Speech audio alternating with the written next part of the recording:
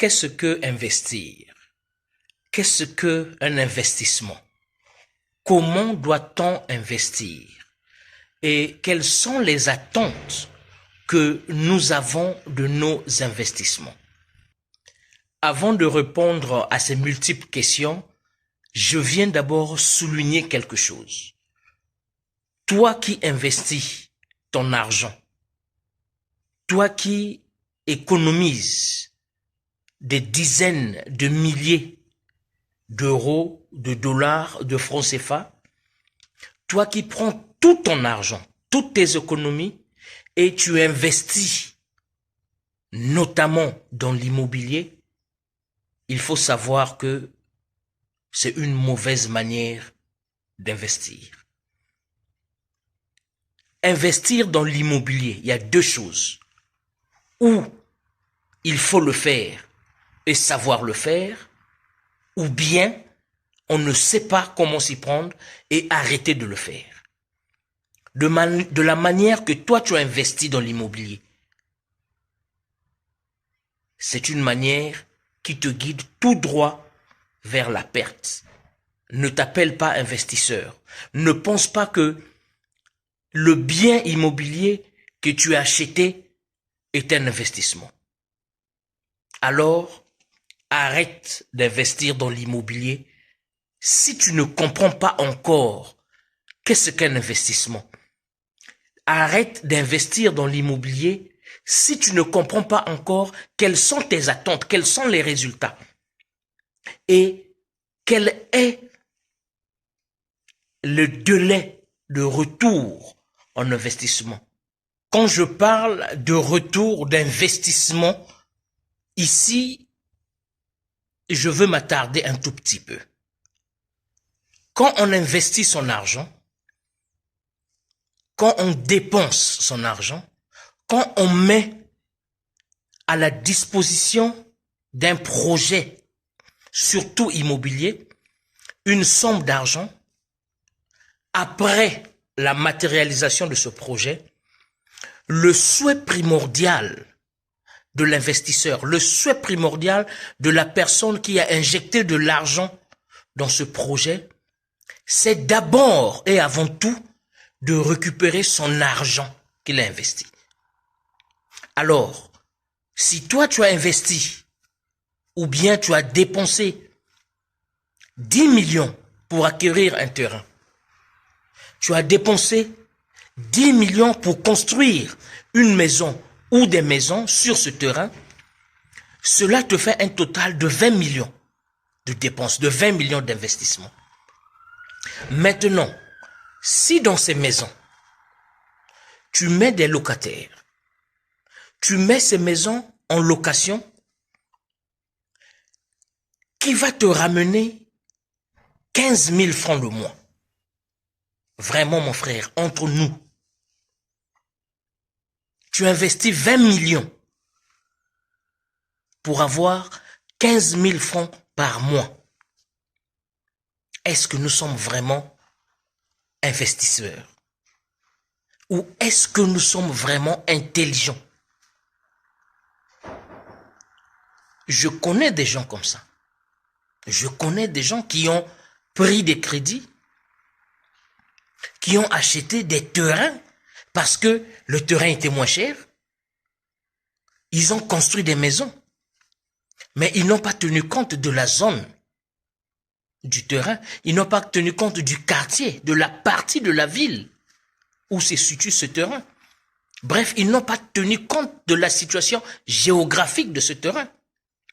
Ils ont construit des villas, ils ont construit des maisons, des annexes, 2 chambres, salons.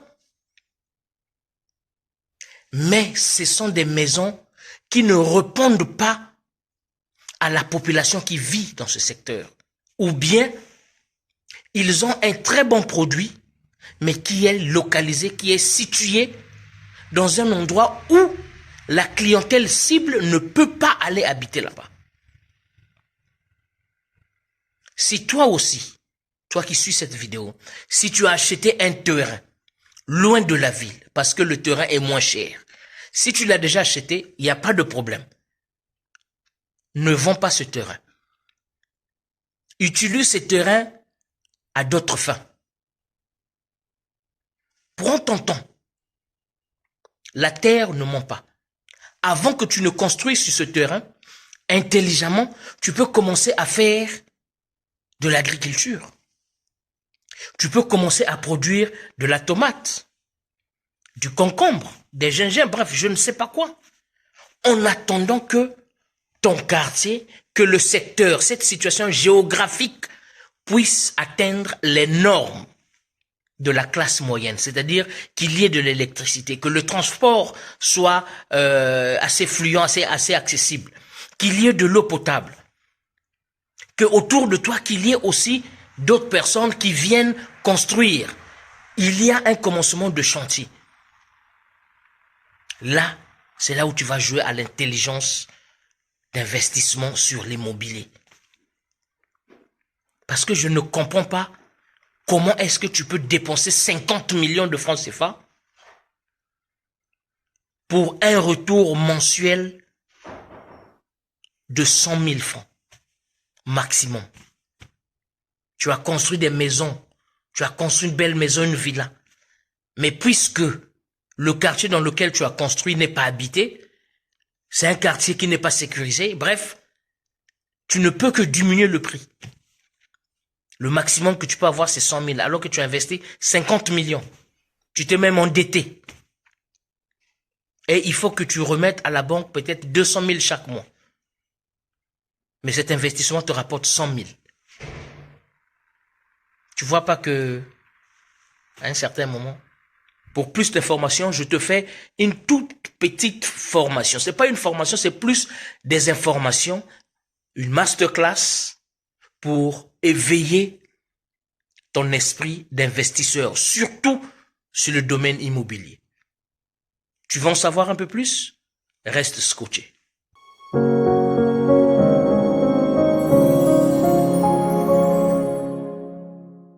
Salut et bienvenue sur Entreprendre et investir ou Investir et entreprendre au pays.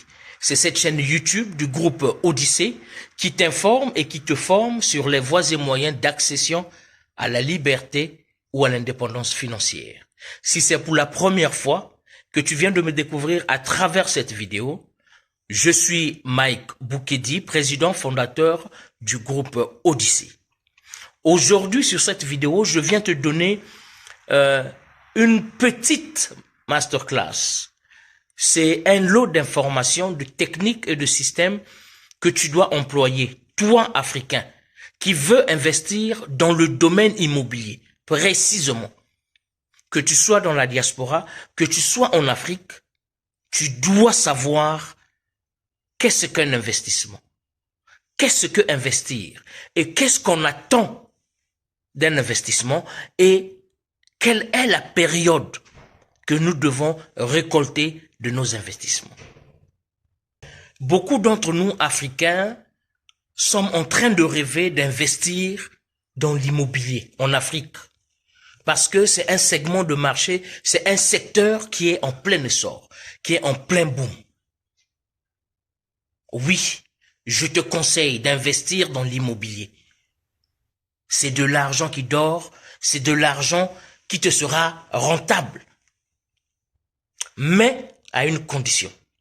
Il faut avoir la connaissance. Il faut avoir l'intelligence d'investir dans l'immobilier.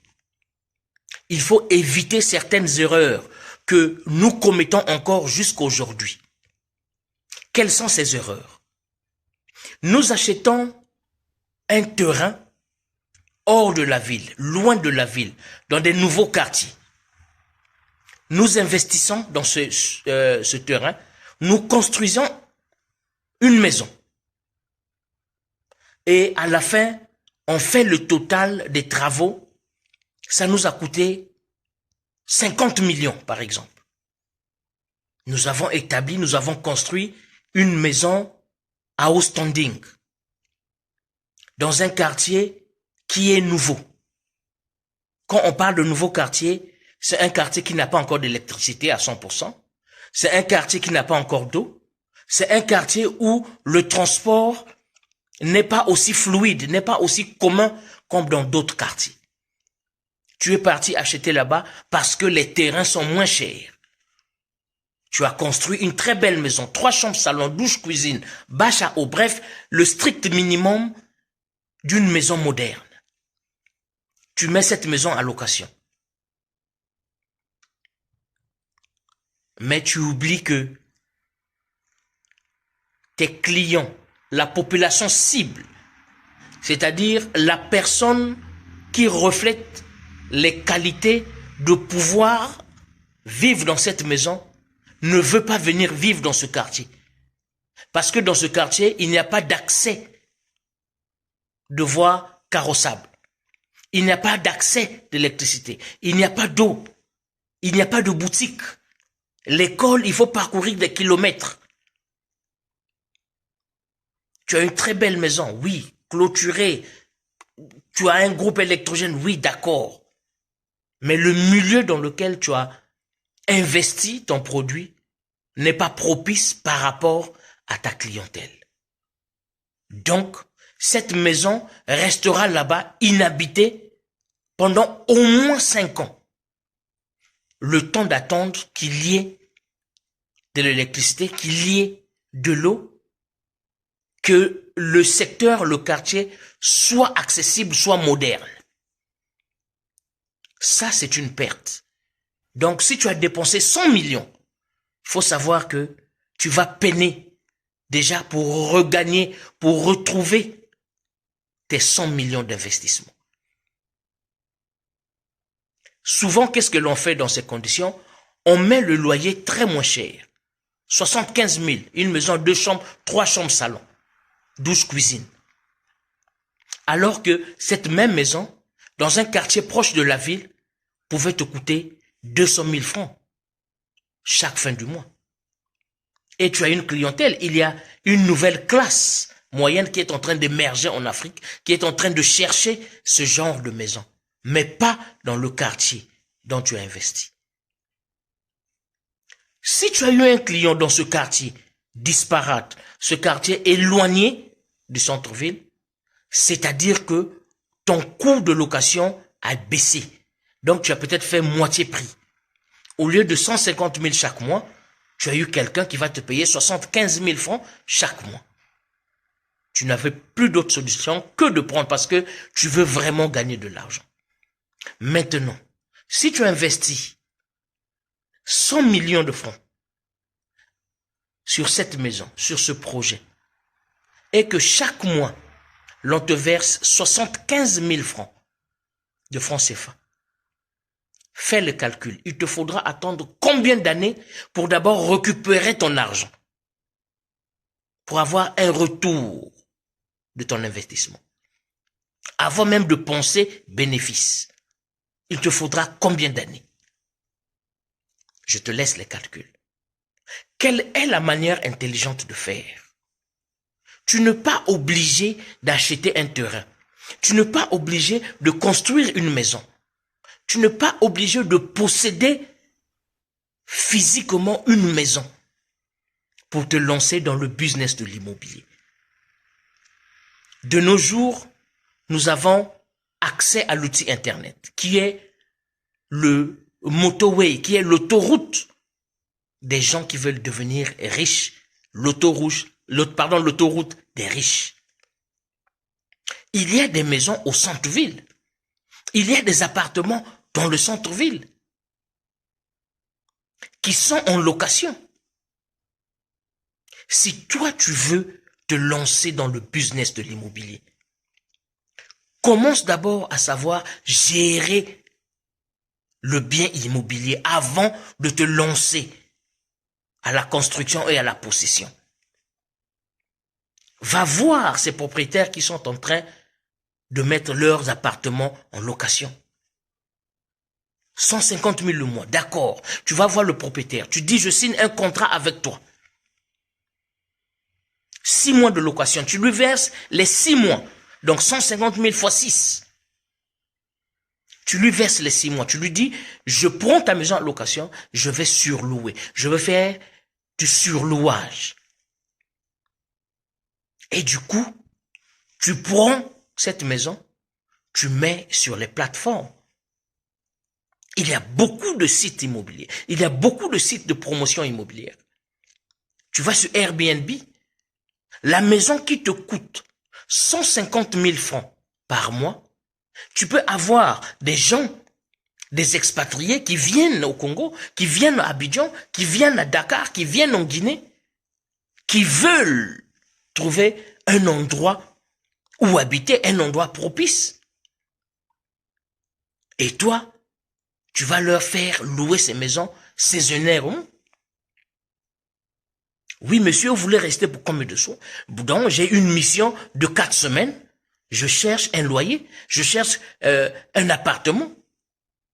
Et un appartement complet, où il y a des fauteuils, il y a la télé, il y a des ceci. Donc voilà, le minimum y est. Ok, nous avons un appartement. Nous vous faisons louer cet appartement à raison de 100 € par semaine, par exemple. Si le monsieur est là pour 4 semaines, 100 € fois 4, vous avez 400 € le mois. Alors que cette maison, vous la payez chez le propriétaire à 150 000 francs. Combien fait 400 € en francs CFA? Je ne veux pas tout faire pour toi, je te laisse faire des calculs. Si tu as un appartement, tu as 2, tu as 3 appartements de différents standings, 2 chambres salon, 3 chambres salon, un studio, juste une chambre, tu vas déjà avoir la connaissance du management de l'immobilier. La location saisonnière marche. En été, pendant les vacances, beaucoup de nos frères, beaucoup de nos compatriotes veulent venir passer les vacances à la maison avec leur famille. Souvent, ils sont confrontés avec ce problème de logement. Soit ils doivent aller squatter dans la cour familiale, soit ils vont aller prendre des hôtels qui vont coûter très cher, et la majorité d'entre eux préfèrent avoir une maison, une villa, où il y a une cour, où il y a tout, il y a les fauteuils, il y a le strict minimum, où il va venir séjourner avec sa famille. Une villa qui va payer 500 € le mois. Nos frères de la diaspora sont capables de débourser cet argent. Et je veux même te choquer. Est-ce que tu sais que dans ton pays, que tu sois au Congo, que tu sois en Côte d'Ivoire, au Tchad, au Gabon, quel que soit ton pays en Afrique, tu sais qu'il y a même des gens dans ton pays qui vont de ville en ville, qui sont en quête, qui sont en recherche des appartements à louer pour 1, 2, 3 jours, qui ne veulent pas aller à l'hôtel, qui veulent avoir un endroit calme, comme chez soi, où ils vont travailler. Ils sont prêts à payer 50 000 par jour, 60 000 francs CFA par jour, dans ton pays, sans d'abord compter sur les expatriés, sans d'abord compter sur les vacanciers. Apprends d'abord à maîtriser quelles sont les niches qu'il y a dans le domaine immobilier. Il y a des niches. On n'investit pas dans ce domaine pour le plaisir d'investir. Arrêtez de construire des châteaux, des immeubles dans vos villages et vous venez vous taper la poitrine. Moi, j'ai construit une maison au village, j'ai investi. Tu n'as pas investi. Ta maison au village qui est là-bas. Ta maison au village, ce n'est pas un investissement. Il faut retenir qu'un investissement, je vais le répéter, c'est une opération dans laquelle tu dépenses ton argent pour gagner plus. Tu achètes, si tu investis dans une voiture, tu achètes une voiture, tu mets cette voiture en location, cette voiture va te produire beaucoup d'argent. Ça, c'est un investissement. Tu ne peux pas parler d'investissement quand tu as acquis un bien et que toi, tu utilises ce bien au quotidien. Par exemple, tu vas acheter une maison ou tu vas construire une balèze maison. Tu vas vivre dans cette maison. Mais cette maison ne va pas te rapporter de l'argent. Au contraire, cette maison va continuer à puiser de l'argent de ta poche parce que tu dois payer l'électricité, tu dois payer l'eau, tu dois payer l'Internet, tu dois payer le gardien, tu dois payer le jardinier, tu dois refaire la peinture, il faut faire le portail, il faut payer des ampoules. Bref, cette maison dans laquelle tu habites, dans laquelle tu vis avec ta famille, n'est pas un investissement. Si tu investis 50 millions dans une maison dans laquelle tu habites, et que 10 ans après, tu viens revendre cette maison à 75 millions ou bien à 100 millions, toi tu vas penser que tu as fait un fort bénéfice de 100%. Mais non, c'est là où on se trompe. On oublie les factures, les charges de la maison. On oublie que pendant 10 ans, on a payé l'électricité. On oublie que pendant 10 ans, on a payé de l'eau. On oublie que pendant 10 ans, il fallait que le jardinier vienne. On oublie que pendant 10 ans, il fallait que le gardien soit là. On oublie que pendant 10 ans, il y a eu des périodes où il fallait refaire la peinture. Il fallait changer des ampoules. Il fallait refaire le portail. Et tout ça, ce sont des dépenses que nous oublions. Or, en matière d'investissement, tout ce qui est dépense doit être noté, doit être comptabilisé. Quand tu investis dans quelque chose, il faut éviter, il faut te débarrasser de tout ce qui va te puiser, tout ce qui va t'obliger à puiser encore dans ta poche pour refaire cet argent, refaire ces travaux, pour investir encore dans ce business. Il faut plutôt que le business, l'investissement que tu as fait, les 100 millions, les 50 millions que tu as dépensés pour avoir ce bien immobilier, tu dois tout faire que ce bien immobilier puisse s'entretenir lui-même. Le client qui est à l'intérieur, le prix que tu lui as donné, dans ce prix, il y a déjà les petits travaux. S'il y a la plomberie à faire, ça ne va pas sortir de ta poche. C'est cette maison qui va générer cet argent, qui va te permettre à fixer, à réparer cette panne de plomberie, cette panne d'électricité, à repeindre, à refaire les travaux. Tu ne dois plus puiser de ton propre argent. Investir intelligemment, c'est réfléchir avant d'agir. Ne te précipite pas parce que tes amis, parce qu'on t'a dit ici au pays, tes amis, ils ont acheté, ils ont construit des maisons. Toi aussi, c'est-à-dire animé par esprit de revanche, tu vas aller dépenser de l'argent, construire un château qui va pas te générer de l'argent. Qui va pas te générer de l'argent. Et encore, on dépense des grosses sommes d'argent. On bloque de grosses sommes d'argent et on met des locataires là où il faut attendre 6 ans, 5 ans, 10 ans pour que tu regagnes tes 100 millions, donc l'argent que tu as pris pour dépenser, pour acheter ou pour construire la maison. Et il faut attendre 7 ans, 8 ans, 9 ans pour voir le bénéfice. Et quel bénéfice? Tu ne peux pas investir 100 millions. Tu ne peux pas investir 50 millions de francs CFA pour générer un bénéfice de 100 000 chaque mois. Mais non, mais c'est inconcevable. C'est inconcevable.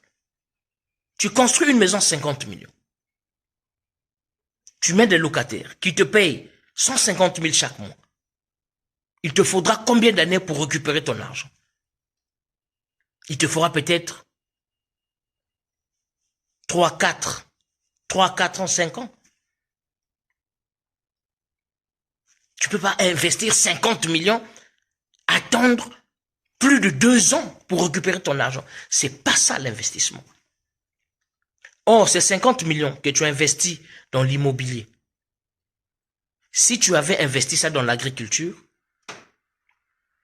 le retour allait être direct. La première année, tu allais récolter, tu allais faire, tu allais revendre, le retour au moins à 50% de ton argent, en moins d'une année. Deuxième point, on n'investit pas dans l'immobilier avec tout son argent. Ce n'est pas parce que tu as un projet immobilier qui te demande 100 millions de francs CFA que tu vas travailler, que tu as 100 millions de francs CFA en économie, tu vas ramasser ces 100 millions et tu vas aller investir de A à Z. Il n'y a pas de... Ok, je veux vous parler d'un gourou de l'immobilier, Donald Trump. Un mania de l'immobilier.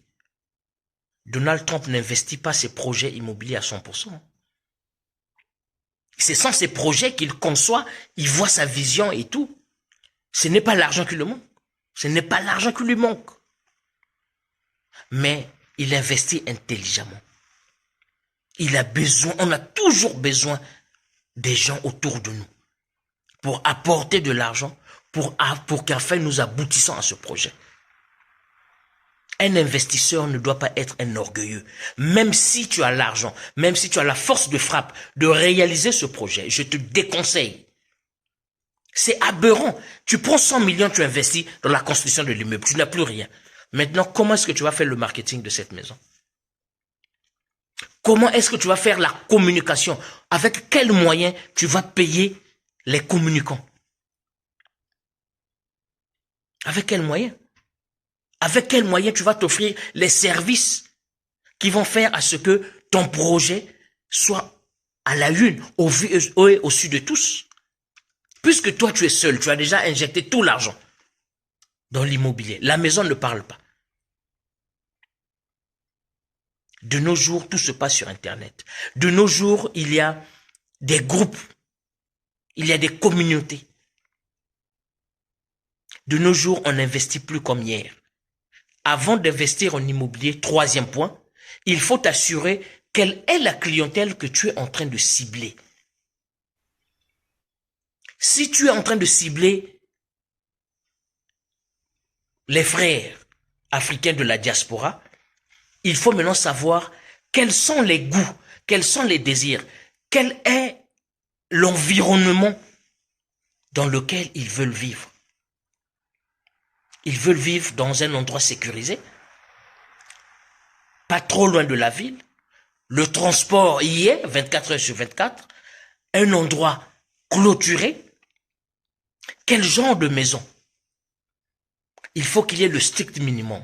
Aujourd'hui, le strict minimum, que ça soit au Congo, le pays que je connais le mieux, le Congo-Brazzaville, en Côte d'Ivoire, au Tchad, au Gabon, le strict minimum de cette classe émergente, cette classe moyenne qui est en train d'émerger, le strict minimum, c'est que il faut que ta maison soit carrelée. C'est fini les maisons avec les SIAP, les ciments faits à la hâte, non. Il faut que ta maison soit carrelée. Il faut qu'il y ait au moins baie vitrée, une maison fenêtre à baie vitrée. Qui parle de baie vitrée avec la chaleur du continent, il faut que ta maison ait au moins une climatisation. Un standard moderne. Que ta maison soit clôturée, avec une petite cour, avec un accès de parking où on peut garer sa voiture calmement. C'est ça le strict minimum. Si tu viens construire une maison avec des persiennes, une maison où il n'y a pas d'électricité, une maison où c'est la SIAP, une maison où il y a 3-4 chambres et les toilettes sont à l'extérieur, mon frère, excuse-moi, mais je ne sais pas si tu pourras avoir quelqu'un. Si tu construis une maison à standing moderne, dans un quartier où il n'y a pas d'électricité, dans un quartier où l'accès de la voiture est compliqué, dans un quartier où quand il pleut c'est difficile, dans un quartier où à 18h, 19h, tout le monde est chez soi tellement que le quartier est insécurisé, alors mon frère, c'est du gâchis. C'est du gâchis. C'est très important, le troisième point. Tu veux construire, tu veux investir dans l'immobilier, oui. Quelle est ta clientèle cible? Arrêtez de faire ce que l'on faisait, ce que l'on a toujours fait, même ceux de la diaspora, et surtout ceux de la diaspora. Vous venez nous bombarder avec des grosses maisons, en étage dans un quartier où il n'y a aucune maison en étage. Vous venez nous bombarder des maisons 2, 3, 4 étages. Vous mettez des maisons à location et il n'y a pas de locataire. Vous accusez l'oncle, vous accusez le grand-père du village. Vous venez nous créer des auberges, des hôtels dans le quartier où Nous peinons à manger, nous peinons à boire de l'eau, il n'y a pas de l'eau potable, il n'y a pas d'électricité. Et quand votre hôtel, votre investissement ne va pas marcher, vous allez dire que les concitoyens sont contre vous. Vous venez exposer un bijou comme ça dans un quartier qui n'est pas sécurisé. Demain, on va vous voler les persiennes. Demain, on va vous voler tout le matériel, les fauteuils. Vous allez dire que les gens sont contre vous. Non. Non. Il y a un adage qui dit, lors de la réunion des lions, la gazelle n'est pas la bienvenue. La gazelle ne peut même pas passer par là. Lors de la réunion des lions, la gazelle ne peut pas passer. Donc, c'est-à-dire, si vous voulez faire quelque chose à haut standing, faites une étude. Où est-ce que cette clientèle se retrouve souvent?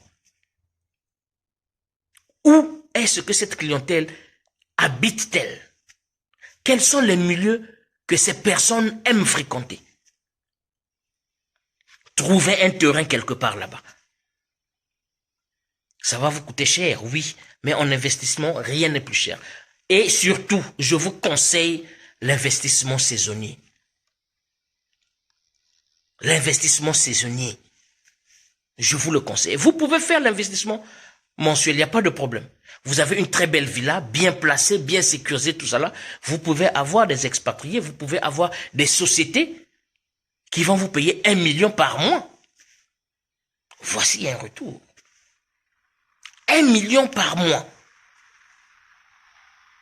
Voici un très bon retour d'investissement. Très bon retour. Voici les 3 points que j'ai voulu partager avec vous. Mais sinon, je suis en séminaire, je suis en conférence, tout à l'heure en consultation dans cet hôtel, en ce qui concerne l'investissement intelligent dans l'immobilier en Afrique. Il y a beaucoup d'opportunités. Il y a beaucoup d'opportunités. La demande est là. Ne minimise pas ton pays. C'est parce que tu ne sais pas ce qu'il en est de ton pays que tu minimises ton pays. Tu penses que tu peux pas investir dans l'immobilier dans ton pays parce que qui va venir habiter là-bas, parce que toi tu ne vois que autour de toi. Sors ou élargis ta zone de confort. Dis-toi, mais mon pays est pauvre, mon pays n'a rien, mais pourquoi il y a toujours des expatriés? Pourquoi est-ce qu'il y a toujours des expatriés? Nous le savons tous que le blanc ne va pas là où il n'y a pas d'argent. Si tu vois le blanc dans un désert, il est là-bas, il habitait là-bas, il construit là-bas, c'est qu'il y a quelque chose de bon là-bas. Toi aussi, copie, reste près de lui. Fournis-lui les services dont il a besoin. Toi aussi, tu vas tirer profit de ça. Nos pays, on nous dit nos pays sont pauvres, tout ça, oui. Mais et pourtant, tous les jours, ils ont des vols, ils ont des avions qui vont là-bas. Ils habitent là-bas, ils viennent là-bas avec leur famille. C'est qu'il y a quelque chose. Et toi aussi, profite de ça. Ils veulent habiter quelque part. Ils veulent avoir des maisons avec des standings relativement pareils qu'aux standings de leur pays. Comment est-ce que je vais les apporter? Comment est-ce que je vais faire? Ne te lance pas seul. Surtout dans l'immobilier. L'immobilier a un standing élevé. Ne te lance pas seul. Tu vas te casser la gueule, tu vas te casser les dents et tu pourras plus te relever. D'ici là, porte-toi bien. Abonne-toi sur cette chaîne. Investir et entreprendre au pays. Il y a des masterclass, il y a des connaissances, il y a des vidéos, il y a des formations qui vont t'éclairer, qui vont t'éveiller. Je vais voir si je peux faire une masterclass, tableau à l'appui, pour vous démontrer, pour rentrer vraiment dans ceci, surtout l'investissement immobilier. Faites-moi savoir sur les commentaires si vous voulez une masterclass avec tableau où je vais vous décrire le comment est-ce qu'il faut investir, qu'est-ce qu'il faut faire avant de te lancer dans l'immobilier. Je suis Mike Boukedi, président du groupe Odyssée, promoteur de MBBC, Mike Boukedi Business Consulting. Si tu as un projet de business, si tu as une entreprise, si tu es déjà en train d'entreprendre et que tu rencontres des difficultés, tu veux avoir des informations, tu veux avoir des formations, contacte-nous sur ce numéro qui est le standard.